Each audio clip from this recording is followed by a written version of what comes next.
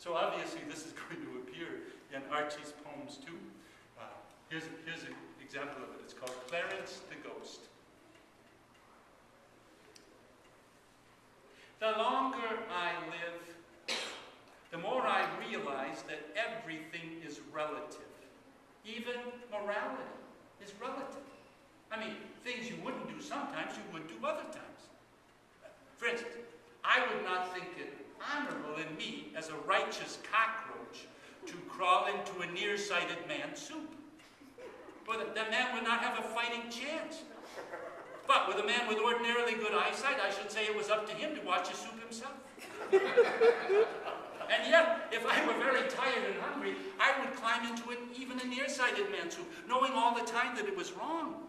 But my necessity would keep me from reproaching myself too bitterly afterwards. You cannot make any hard and fast rules about climbing into soup or anything else. A certain alloy of expediency improves the gold of morality and makes it wear all the longer. Consider a ghost. If I were a ghost, I would not haunt ordinary people, but I would have all the fun I wanted to with spiritualists. Because spiritualists are a great nuisance to ghosts. I knew a ghost by the name of Clarence one time who hated spiritualists with a great hatred. You see, said Clarence, they have got my number. And once one of these psychics has a ghost number, so he has to come whenever he is called. They work him till the astral sweat stands out in beads on his spectral brow. They seem to think, said Clarence, all a spook has to do is stick around, waiting to dash in with a message as to whether Mrs. Millionbuck's pet palm has pneumonia or only wheezes because he has eaten too many squabs. Clarence was quite bitter about it. But wait, said Clarence, until that fat medium with the red nose passes over, and I can get my claws into him on equal terms.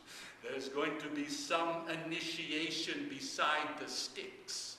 Several of the boys are sore on him. A plump chance I have, don't I, of improving myself and passing on to another star, with that fat medium yanking me into somebody's palate to blow on some little tin trumpet any day or night. Honest, Archie, I hate the sight of a Ouija board.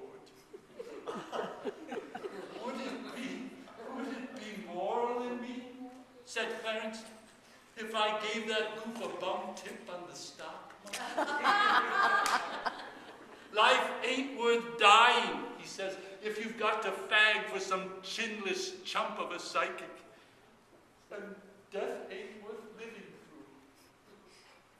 through. Would it be moral if I queered that simp with his little circle by saying that he has an anonymous diamond brooch in his pocket? And that his trances are rapidly developing his kleptomania? No, Clarence, that would not be moral. But it might be expedient. Oh, there is a ghost around here I've been trying to get to know. But he's shy.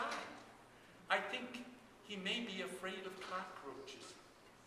Ah!